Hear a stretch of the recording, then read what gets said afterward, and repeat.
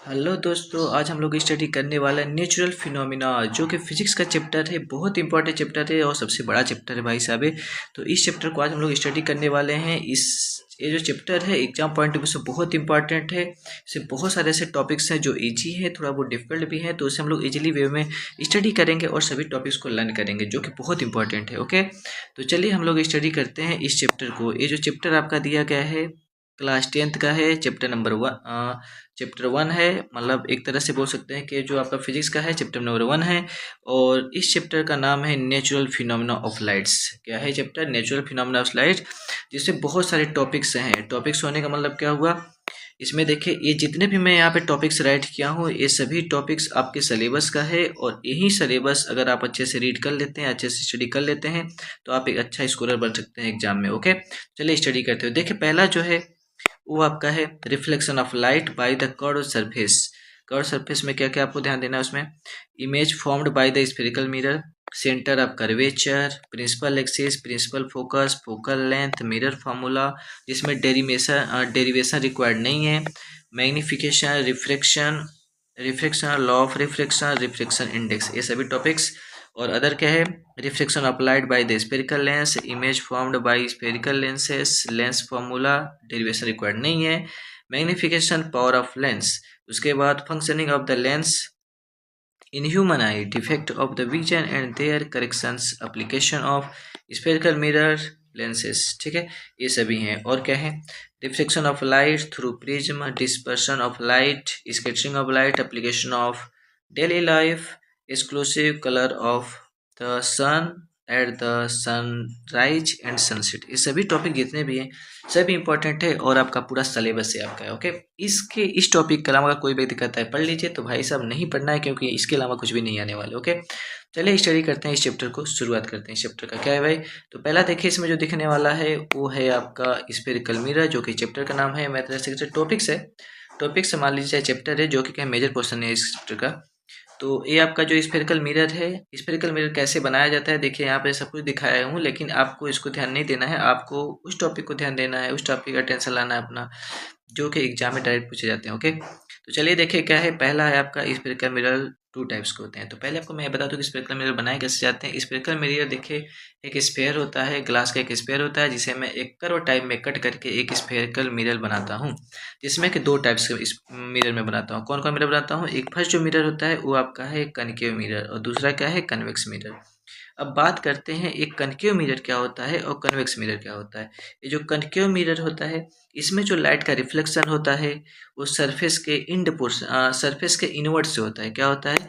अगर कोई भी आपका स्फेरिकल मिरर है, क्या है? कोई भी स्फेरिकल मिरर है, अगर लाइट का रिफ्लेक्शन अगर कर्व के इनवर्ड से हो, क्या हो? कर्व के इनवर्ड से हो, तो मैं उससे बोलूंगा क्या? मैं उसे कह सकता हूँ कि वो कनकेव मिरर है। तो क्या हो जाएगा रेफरेंस का? देखिए, a spherical mirror whose reflection light rays from the curved inward, light का रिफ्लेक्शन कहाँ से हो? कर्व्ड इनवर्ड से हो, तो मैं उससे कह सकता हूँ कि वो आपका जो मिरर है कनकेव मिरर है।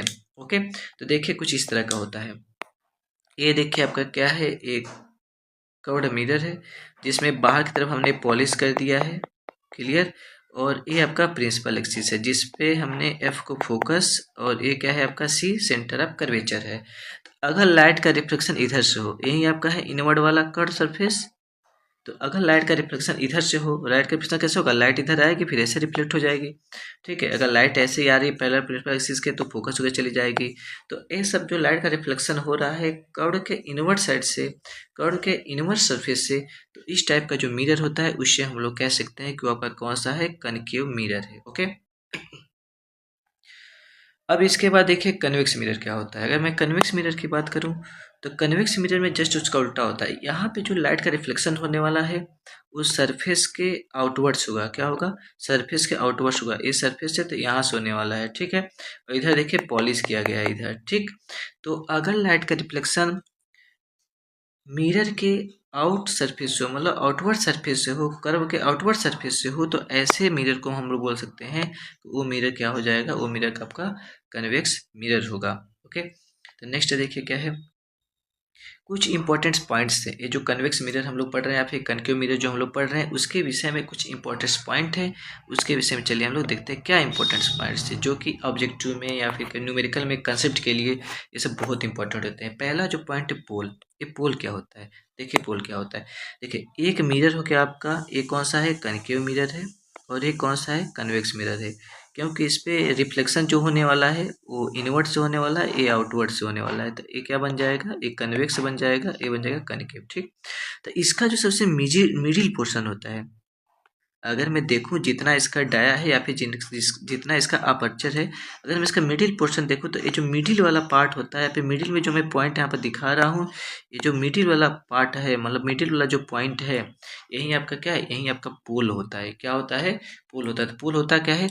The centre of spherical mirror is called the pole. क्या हो जाएगा? The centre of spherical mirror, ये आपका स्फेरिकल मिरर है, इसका सेंटर यहाँ है। ये आपका स्फेरिकल मिरर है, इसका सेंटर यहाँ है, तो ये क्या बन जाएगा? पोल बन जाएगा। तो क्या बन जाएगा? The centre of spherical mirror is called the pole. इसे हम लोग पी से दिखाते हैं। क्लियर है?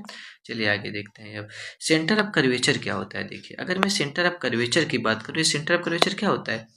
तो ये जो आपका स्फेरिकल मिरर है, इसका जो सेंटर होगा, या फिर हम लोग बोल सकते हैं ये जो हम लोगों ने अभी तक कनकेव और कन्वेक्स मिरर बनाया हुआ है, तो उसका वो जो कर्व टाइप का है, जो कनकेव और कन्वेक्स मिरर कैसा है? ये देखिए कर्व टाइप का है, ऐसा कुछ है।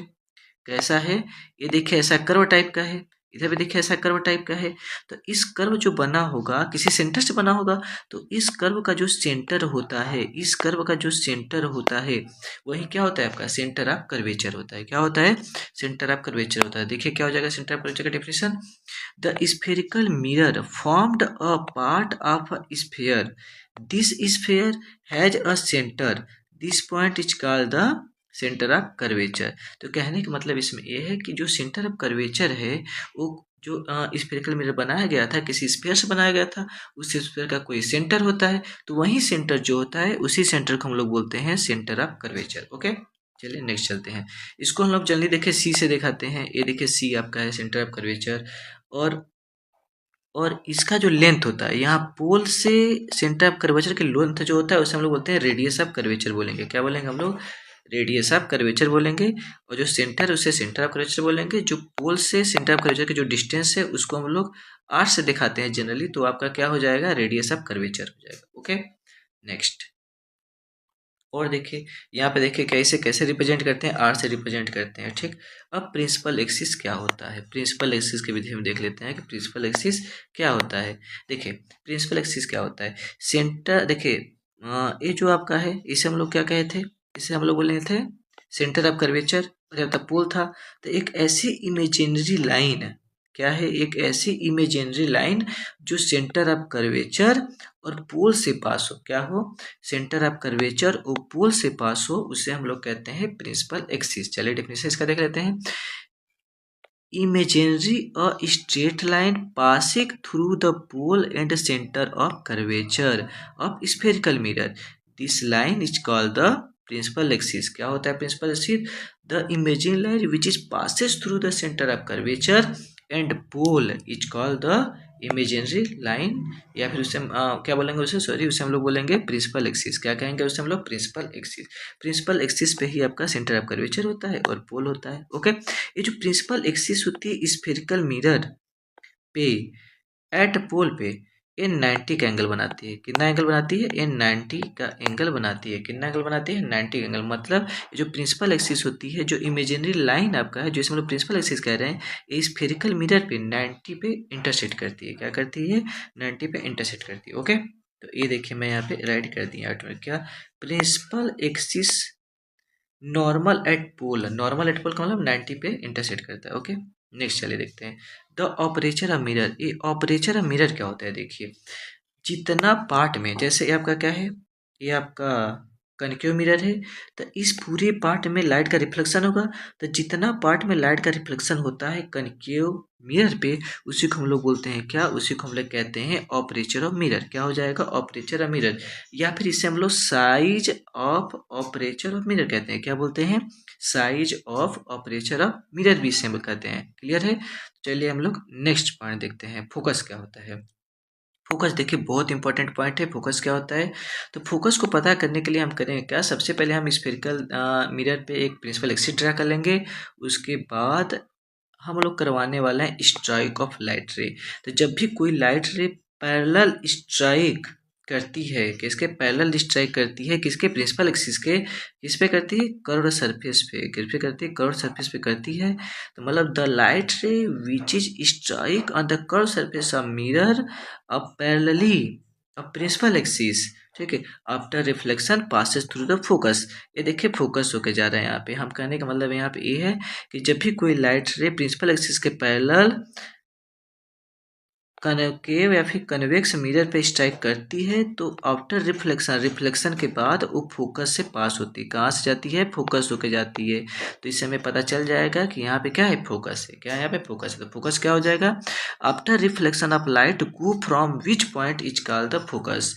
तो कहने का मतलब ये है कि जब लाइट रिफ्लेक्शन के बाद जिस पॉइंट से होके जाती है उसे हम लोग क्या बोलते हैं? फोकस। तो फोकस पॉइंट क्या होता है? The point from which after reflector light passes, या फिर बोल सकते हैं क्या, after the reflection of light goes from which point is called the focus.